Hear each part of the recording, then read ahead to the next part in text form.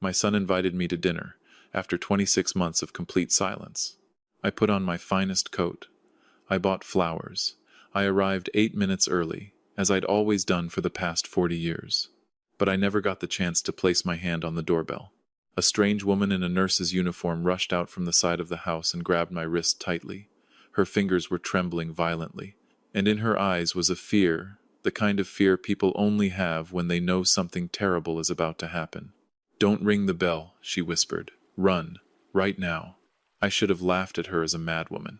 I should have pulled my hand away, rung the bell, and embraced the son I'd been longing for over 2 years. But there was something in that voice that made me step back. I crossed the street. I hid behind the neighbor's hedge, a 68-year-old man, still clutching the bouquet, heart pounding like a war drum. 6 minutes. Just 6 minutes. Then what I witnessed made the blood in my veins freeze. Because in that moment, I understood one thing. This dinner had never been a dinner. It was a trap, and the one who'd set it was my own son. My name is Wendell Pike. I'm 68 years old. For 29 years, I was a court investigator for the probate division of the 16th Circuit, Jackson County, Missouri. Most people have never heard of that job, so let me tell you what it is. Somebody files a petition saying an old man can't manage his affairs anymore. Before a judge decides anything, she sends somebody out to the house. That somebody sits in the living room.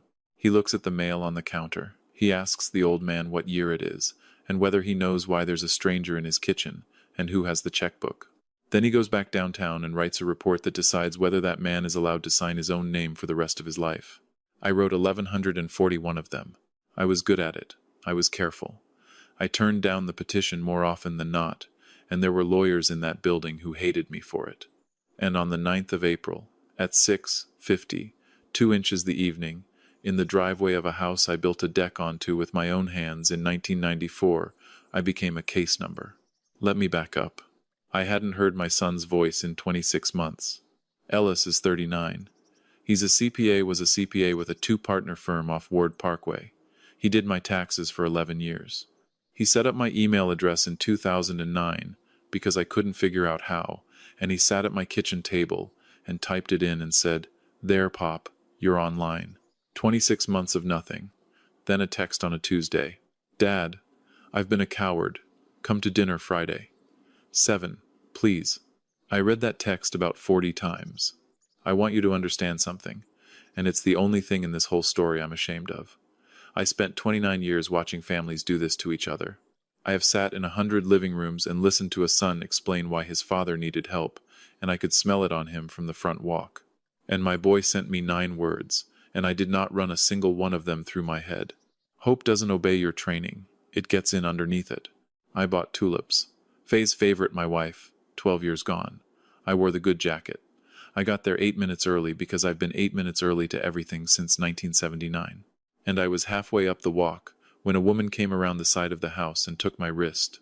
I knew her face. I didn't know her name. She was maybe 50, in scrubs, and she had a car key in her other hand like she was holding a knife. "Mr. Pike, do not ring that bell. I'm sorry. Get in your car." Her fingers were shaking on my wrist. "Drive to the Sinclair station on Warnell and park behind the air pump and do not come back here." I've cross-examined liars for a living. Not in a courtroom in kitchens, which is harder, because in a kitchen they've got their grandkids' pictures on the refrigerator behind them. This woman was not lying. I have never in my life seen a person more frightened who was still standing up. "What is this?" I said. "They're coming for you." She looked back at the house.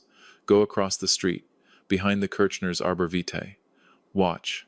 Ma'am, please." And then she said, "They already made the call."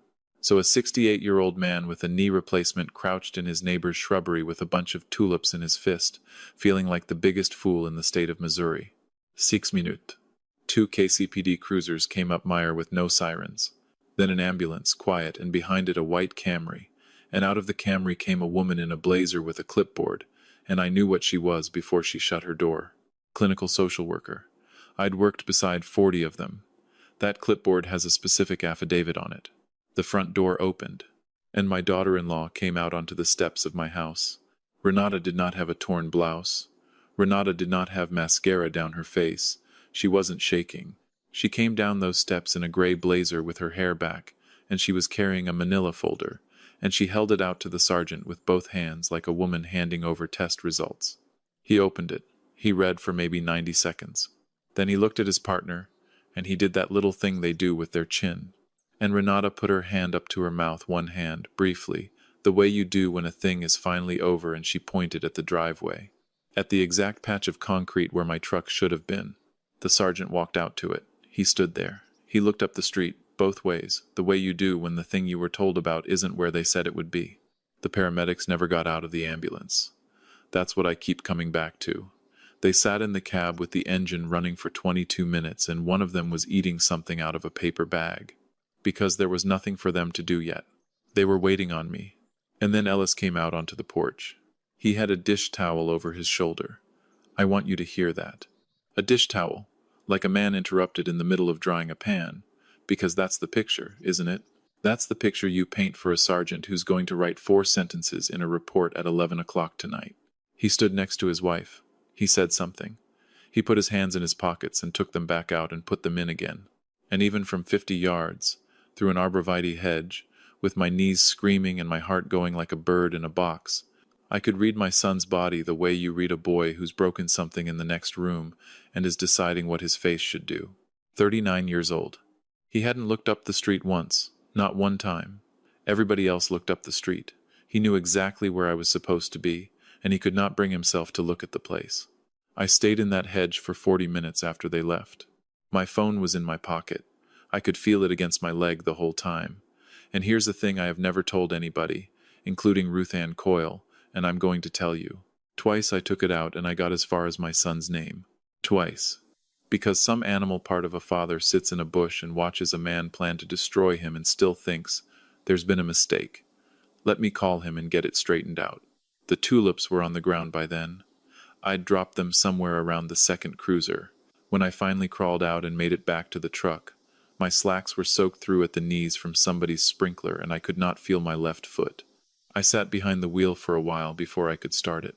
I want to stop here, because if you are watching this and you have a parent, or you are one, I need you to understand what almost happened to me, and I need you to understand that it would not have made any noise at all. Nobody was going to arrest me. There was no crime. Under Missouri law, if 2 people swear an affidavit that a man is a danger to himself, and a licensed professional signs it, that man goes to a facility for 96 hours. 4 days. He doesn't get a lawyer. He doesn't get a judge. He gets a bed and a plastic wristband, and somebody asking him, gently, whether he knows what season it is. And 96 hours is exactly enough time to file a guardianship petition with an emergency attached to it. There would have been no cuffs, no mugshot, no headline. Just a very calm woman with a folder, and a very old man in a driveway, and a form. That's how it actually happens. Not with violence. With paperwork and an ambulance idling at the curb. I don't remember driving home. I remember sitting in the dark of a 1-bedroom over a bakery on Gregory Boulevard, which is where I've lived since 2019, and the whole apartment smelled like bread the way it does every night, and I sat in a kitchen chair with my coat still on until about 2 in the morning. I want to be honest with you about what I felt, because it wasn't rage. It was professional recognition, like a man watching somebody use his own tools. Now let me tell you what I gave away, because I gave it away myself, and every single one of you listening has probably done at least one of these. In 2016, I had a triple bypass. I was down for 5 weeks. The IRS picked that exact spring to audit my 1,998 through 2003 filings, and Ellis said, "Pop, just sign this so I can talk to them for you." Durable power of attorney. 2 pages. I signed it in a hospital bed with a plastic pen. I never revoked it. 9 years.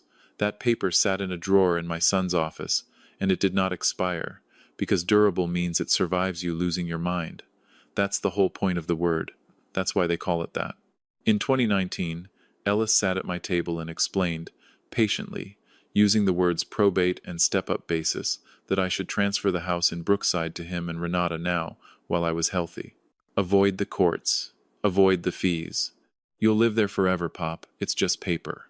I sold my house to my son for $1.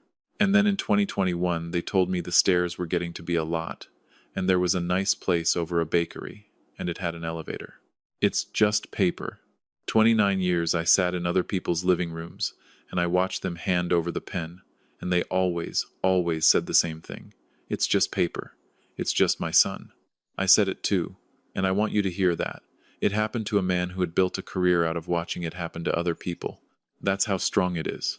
There's one more thing, and it's the one that matters, and I didn't understand it until a courtroom in June. In the spring of 2020, I pulled my own credit for a car loan, and there was a personal guarantee on it. $90,000, a line of credit for Pike and Ledger CPA signed by me, dated the 11th of February. I had never seen it. I called Ellis. He said there'd been a mix-up at the bank. A form his partner filled out wrong, he'd get it cleaned up. 6 weeks later it was still there. I called again. I asked him to send me a copy of the signature page. And I want you to listen to how small this is. He didn't yell.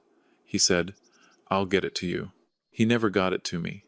I asked a third time in June, and a week after that, Renata called me and told me, in a voice like a nurse, that I was putting a great deal of pressure on Ellis, that he was under strain, that maybe some distance would be healthy for everyone. 26 months of silence started with a man asking his son for a photocopy. For 2 years I thought I'd lost my son because I embarrassed him. I hadn't. I'd lost my son because I'd nearly caught him. Hey, before I take you into the hard part, drop a comment and tell me where you're listening from tonight, and what time it is there. I read them. It's the best part of my week. All right, stay with me. I need to put something in here, and it belongs right here and nowhere else. Faye died on a Monday in March, ovarian. 14 months from the diagnosis, which everybody told me was a mercy, and it is, and it also isn't, and both of those are true at the same time forever. Ellis was 27, drove right down from Colombia, and he sat with her the last 2 nights, and he did not sleep either one of them. At the funeral he stood up and he talked about her hands. 4 minutes, no notes. And at the lunch afterward, in the basement of that church on 63rd Street with the folding tables and the ham, my son came and stood next to me, and put his arm around my shoulders, and he said, "It's you and me, Pop." He was not lying. I want to be very clear about that because it would be so much easier for me if he had been. He was 27 years old, and he meant every word of it, and 11 years later he signed a piece of paper asking a judge to take my name away from me. People don't turn. That's the thing nobody tells you. They slide. A little at a time, in a direction they'd have sworn they'd never go, and every single step is smaller than the one they just took. When Ellis was 12, I taught him to change a tire in the lot of the Sinclair station on Warnell Road, the same one Tomasa Reyes told me to hide behind 30 years later, which I did not think about at the time and cannot stop thinking about now. It was February. His hands were purple. He couldn't break the lug nuts loose and he got mad and threw the wrench and I made him go get it. He cried. He said he couldn't do it. I told him, "You stand on it. You put your whole weight on the bar and you let the ground do the work." He stood on it. It came loose. I have thought about that afternoon roughly 900 times since June, and here's what I've got. I taught my son to solve a problem by putting his entire weight on the thing in front of him. I never once taught him what to do when the thing in front of him was a mistake he'd already made. He called me in May, 6 weeks before the hearing. I shouldn't have answered. Ruth Ann had told me plainly. "Dad," his voice was wrecked. "Dad, please, please drop it." I didn't say anything. I know what it looks like. It wasn't Renata said you needed. He stopped. He started again. "I'll sign the house back. Tomorrow. Today. I'll sign anything you want." And I said, "I want the 11th of February, 2020. Silence on that line. Long enough that I heard a television somewhere behind him. "I don't know what that is," he said. He knew exactly what it was. And I hung up the phone and I stood in a kitchen that smells like bread every night of my life, and I understood that my son had just lied to me one more time on the last day it was ever going to be free. The woman in the scrubs called me the next morning at 7. "Mr. Pike, this is Tomasa Reyes." "Ma'am, I owe you. I need to say some things fast," she said. "I clean and I sit with old people. I've worked 11 years for Anchor Point Fiduciary. That's your daughter-in-law's company." I sat down. "Renata Pike is a licensed professional guardian," Tomasa said. "Right now she has 41 wards. 41. Let me explain that number, because most people have never heard it. When an old person has no family, or the family's fighting, a probate judge appoints a professional, a stranger. That stranger controls the money, the house, the medications, the visitors. She bills the ward's estate for her time. $90, $100 an hour. It's a legal industry. It's a good industry when good people run it. 41, I said. 42, if the paperwork clears. Tomasa's voice was completely level. I have watched her do this 4 times, Mr. Pike. She doesn't need a crime. She needs a hold, a doctor's signature, and a next of kin who'll petition. And Ellis, your son signed the petition. It was filed Wednesday, 2 days before he texted you. 2 days before. The dinner invitation was written after the petition was filed. The dinner was not the trap. The dinner was service of process. They needed me at that address at that hour so the affidavit could say he presented at the residence in an agitated state. I put the phone down on my knee and looked out at Gregory Boulevard.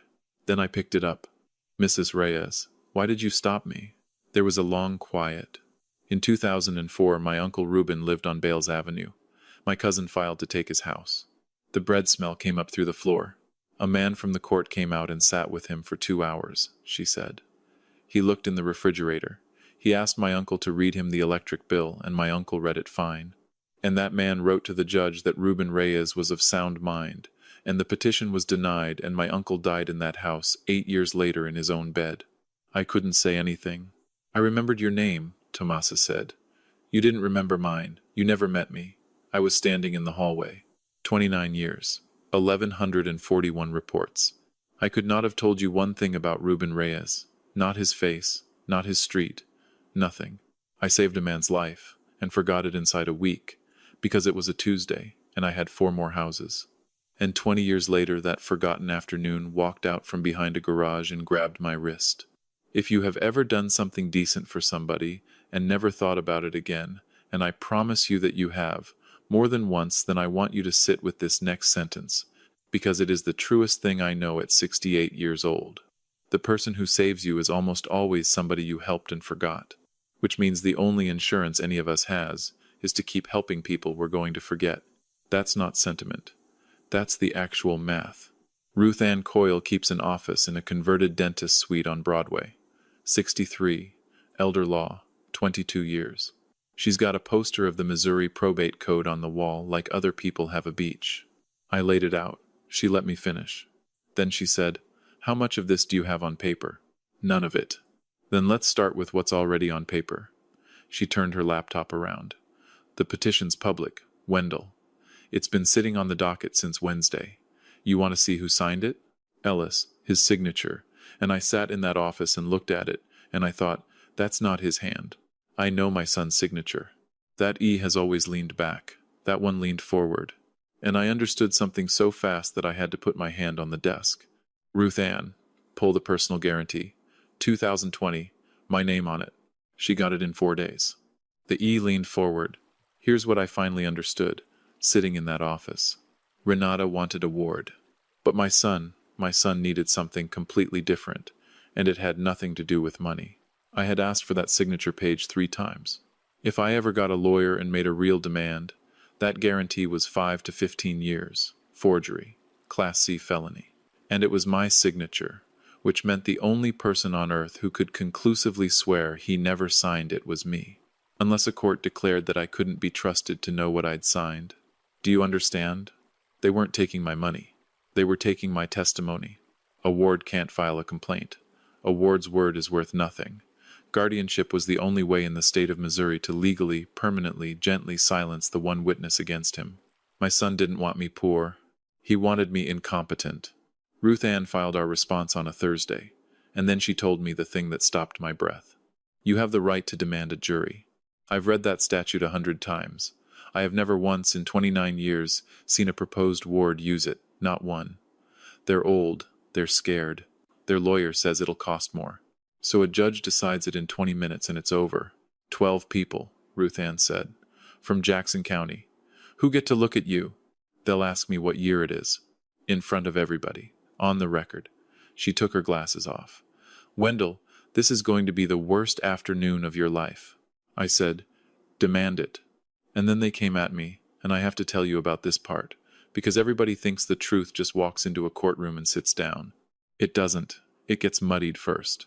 Their attorney filed a motion arguing that a man who demands a jury on his own capacity is by definition demonstrating grandiosity and poor judgment. Read that sentence again. Insisting you're sane is evidence you're not. That's a real filing. It's on the docket. Then a letter arrived at the court claiming I had intimidated Tomasa Reyes. Anonymous. 2 paragraphs. Then a complaint went to the Missouri bar about Ruth Ann.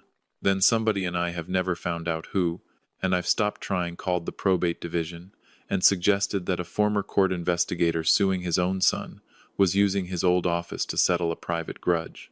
And I sat in my apartment over that bakery in the last week of May, and I felt the whole thing tilt. Because here's what nobody understands about being 70 years old with a petition against you. You cannot prove you are of sound mind. There's no test. Every single thing you do becomes evidence.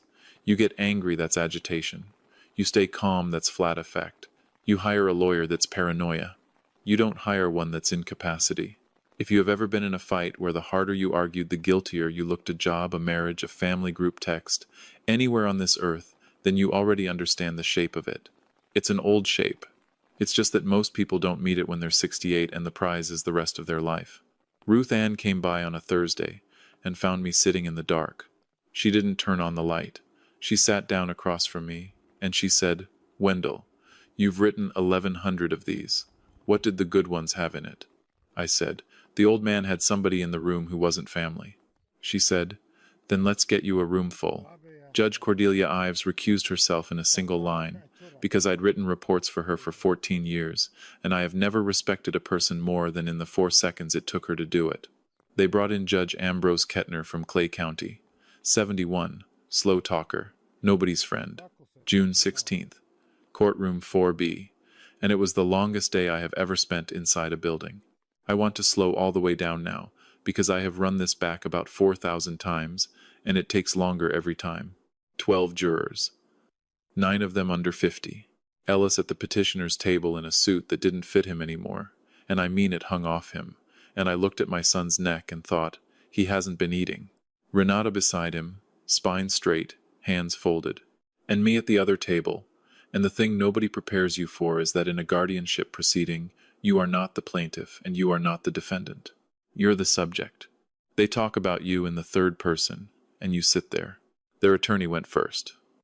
"Nice young man," he introduced the emails. They put them up on a screen so the jury could read them. 6 weeks of messages from Wendell Pike 1957 to my son, getting worse as they went. Talking about Faye in the present tense, asking why she hadn't come home. Talking about the pills in the cabinet. Talking about Faye's father's revolver, which has been in a lockbox in my closet since 1997. Some of the jurors couldn't look at me, and I sat there and watched 12 strangers read a stranger's grief in my name. Then they called me. I was on that stand for 2 hours and 9 minutes. He was very gentle. That was the strategy. He never raised his voice one time. "Mr. Pike, what year is it?" "Mr. Pike, can you tell the jury today's date?" "Mr. Pike, who is the president?" "Mr. Pike, can you count backward from 100 by sevens?" I did it. 93, 86, 79. My hands were shaking so hard on that rail that the microphone picked it up. "Mr. Pike, do you own a firearm?" "Mr. Pike, is your wife living?" And I said, "My wife died on the 4th of March, 2013, at Research Medical Center, at 4 in the afternoon. And he said softly, "Do you ever forget that?" I said no. He waited. He was very good. He let it sit there until I filled it. And I said, "I've never forgotten it for 1 hour of 1 day in 12 years, and my voice broke in the middle of the word hour, in front of 12 strangers and a bailiff and my son." And he said gently, "Thank you, Mr. Pike," and sat down. Because that's the trick, and I have watched 100 lawyers do it, and I have never once been on the receiving end of it. He didn't need me to be confused. He needed me to be emotional. An old man weeping about his dead wife on a witness stand is worth more to a guardianship petition than any doctor's affidavit ever written. I had spent 29 years knowing that, and it worked on me anyway, in under 2 hours. On the man who knew the trick, the woman in seat 4 wouldn't look at me after that. 60-something, cardigan. She had her hands folded in her lap and her chin down, and I thought, she's already decided, and she thinks she's being kind. That's the worst part of a guardianship, and it's the part nobody says out loud. The people who take everything from you are almost never angry at you. They think they're helping. The jury thinks they're helping. The judge thinks he's helping. The nice young lawyer with the gentle voice thinks he's helping. And you sit there in your good jacket, 93, 86, 79, and you understand that not one single person in that room hates you. They just don't think you're in it. I want to tell you what that felt like. I've been trying for a year. I have asked 140 old men that exact question. I have sat on their couches and asked them what year it was and watched their eyes go somewhere while they hunted for it. And I never once, not one time in 29 years, understood that the question itself is the injury. Because once a man in a suit asks you in front of 12 strangers whether you know your wife is dead, you will never again be certain what you know. I sat on that stand and for 1 second I could not remember whether it was Tuesday. It was Thursday. And if you have ever been talked about, in the third person, in a room you were sitting in, if you have ever had somebody explain your own mind to you like they were reading a chart, then you know exactly why I gripped that rail. And you know it has nothing to do with age. Ruth Ann stood up at 1:40. She didn't ask me anything. She never called me back. She called a forensic technician from a firm in Overland Park, and she put the email headers on the screen. Not the emails, the headers. The part nobody ever looks at. Every one of those 6 weeks of messages had been sent from a single IP address registered to a commercial account, Pike and Ledger, CPA. 4.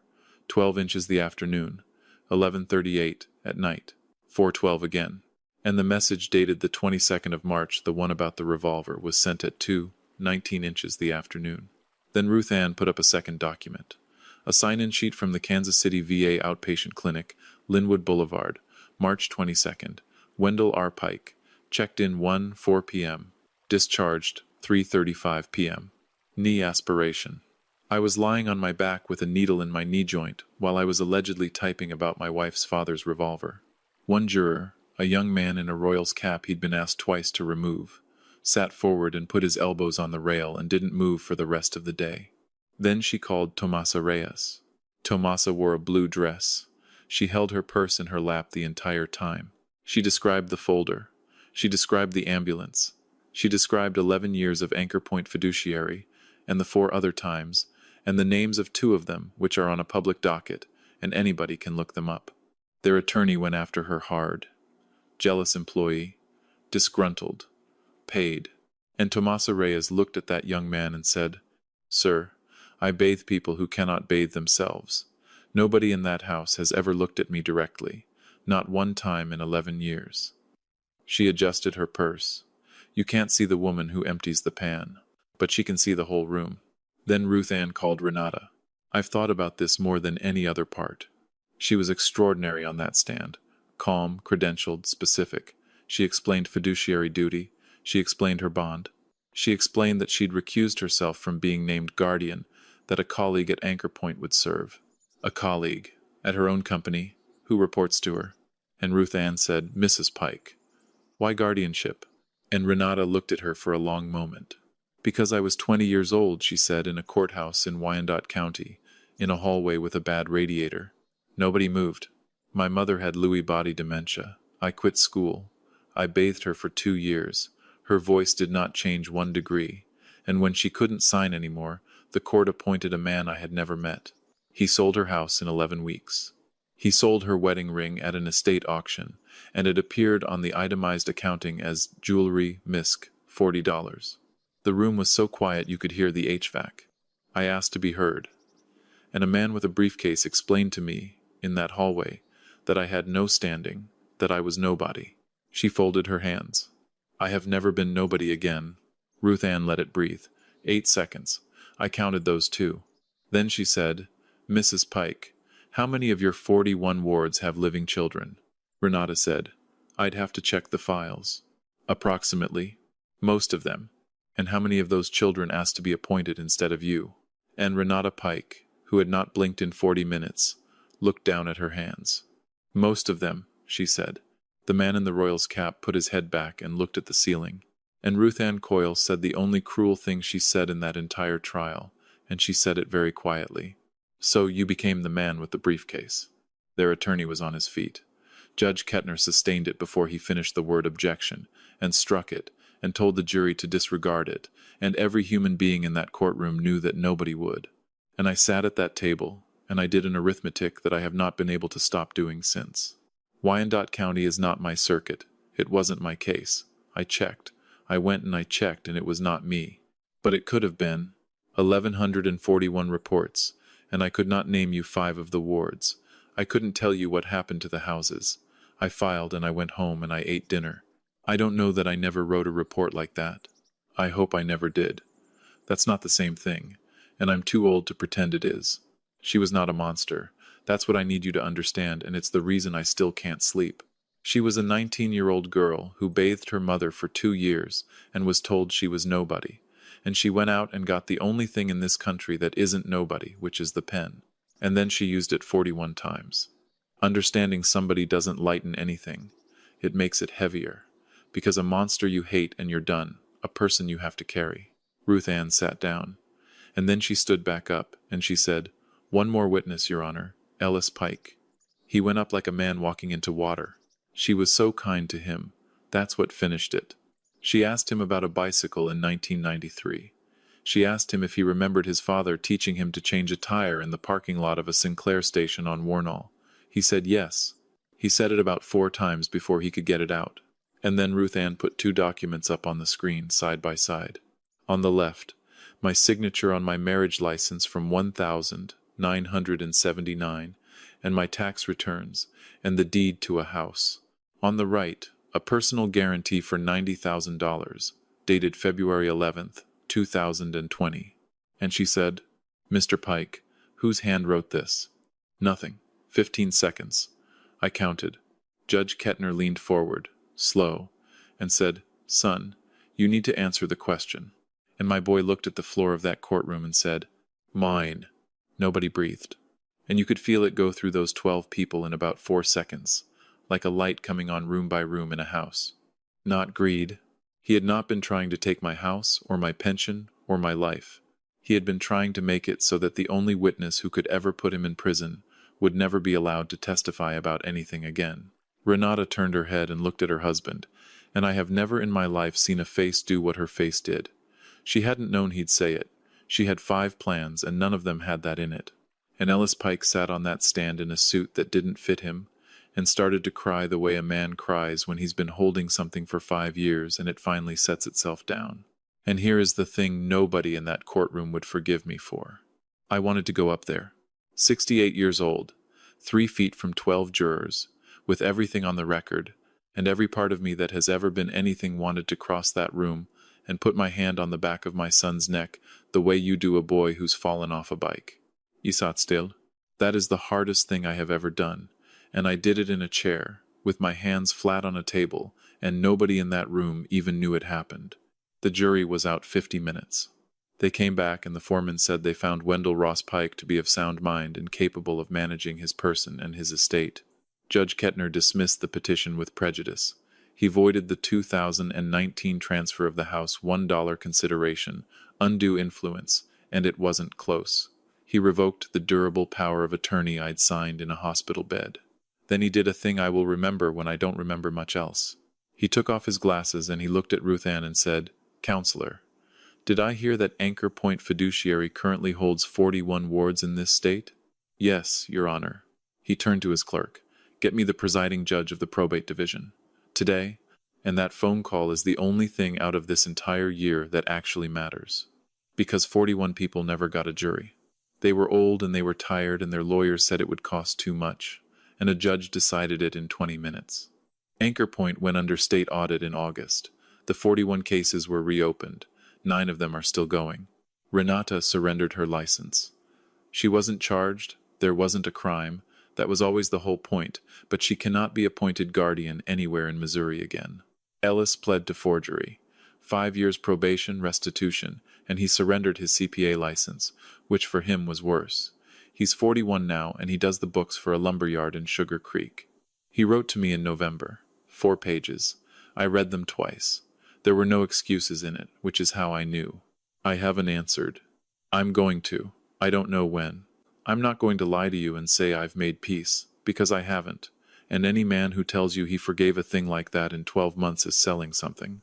But I keep the letter in the desk drawer, where the power of attorney used to be. That's what I've got. I asked the court for one thing. I asked Judge Ives to appoint me as a volunteer visitor on the reopened cases. No pay. I'm too old to be an employee and too stubborn to be a client. She said yes. So last Tuesday I sat in a living room in Independence, with a legal pad on my knee, across from a woman named Ollie Frawley, who is 86, and cannot tell you what year it is. I asked her the questions. All of them. The date, the president, backward from 100 by 7s. She couldn't do any of it. And then she looked at me with those milky eyes and she said, "Mister, I don't know what day it is, but I know they took my mother's chair, and I know nobody asked me." I wrote that sentence down word for word and I put it in my report. Number 1153. I have never written a better one, and I've been doing this since Carter was president, and it took somebody trying to erase me to teach me how to listen. Here's what I know now. They do not come for your money first. Everybody thinks they come for the money. They come for your standing, your credibility, your right to be believed about your own life. Because once that's gone, the money is just a formality, and so is the house, and so is where you sleep and who's allowed to visit you and whether anybody has to tell you what medication you're on. Money is a lock. Standing is the key. And here's the ugly part, the part nobody in my old office ever said out loud. In almost every one of these cases, the victim handed over the key himself, cheerfully, at a kitchen table, because it was just paper, and it was just his son. So here's what I want you to do today. It costs nothing, and it takes about 20 minutes, and you are going to feel foolish doing it, and I want you to do it anyway. Find out what you've signed. Get the power of attorney out of the drawer. If you can't find it, that's your answer, somebody else has it. If you signed one during a hospital stay, or a divorce, or a bad year, and you have never once thought about it since, then call a lawyer this week and revoke it and sign a new one. It costs a couple $100. You'll spend more on a car battery. And then sit down and write out every person who can currently get into your email, your bank, and your phone. Read that list out loud. Ask yourself when you last spoke to each one. And here's the question I'd like you to sit with. It isn't who's stealing from me. It's this. Who is holding a key to my life that I handed them and never took back? Because you did hand it over.